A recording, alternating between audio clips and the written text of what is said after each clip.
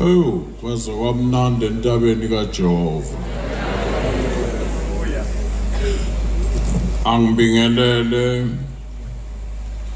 ngiqale kakhulu kwindlunkulu emakhosini akhona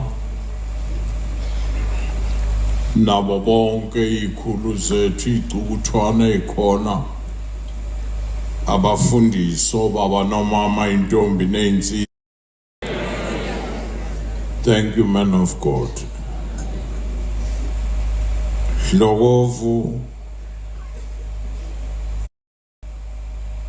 David niyakhumbula lisho ukuthi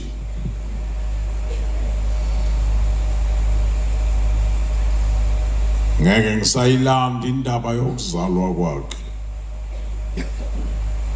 kodwa leli gama othandiweyo liyangena ncamashi kithi. Sila ngoba sithandiwe. Awube ngithi sila ngoba sithandiwe.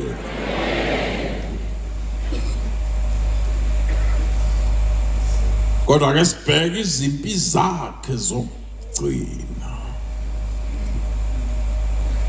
Okungenzeka kungenzeka uphume kanti ubanjwe ezinye zalezimpi.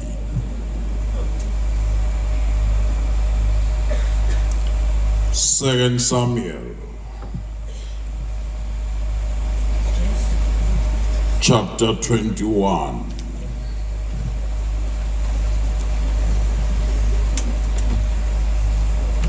Yonke ukudla nakuzodliwa sokudliwe kuye kulethwe lokho kuthiwa pudding noma i-custard. Lokho akuvama ukulethwa ngesitshe esikhulu kona,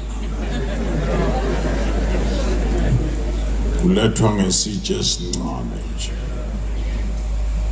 Ngoba sanidle ngesitshe esikhulu ngiletha isitshana esincane nje. Sifundele from verse 15 to 22.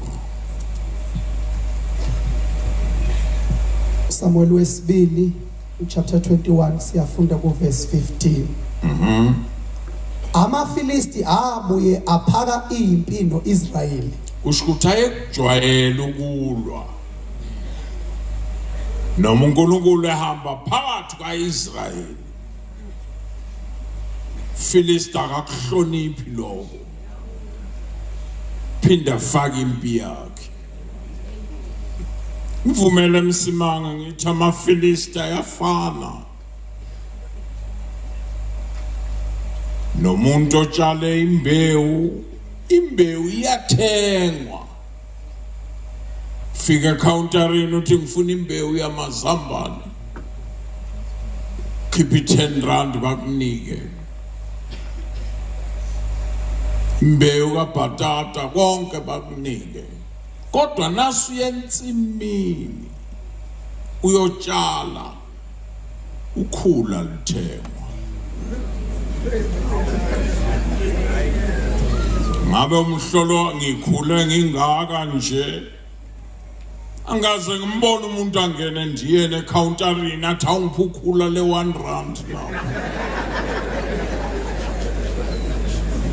Ukhula alithengwa. Kodwa tshala into enhle uzolibona ukhula selukhona. Zophaphamisa nje ukuthi maye kuhle okutshalwe la. Qaphelane ukhula.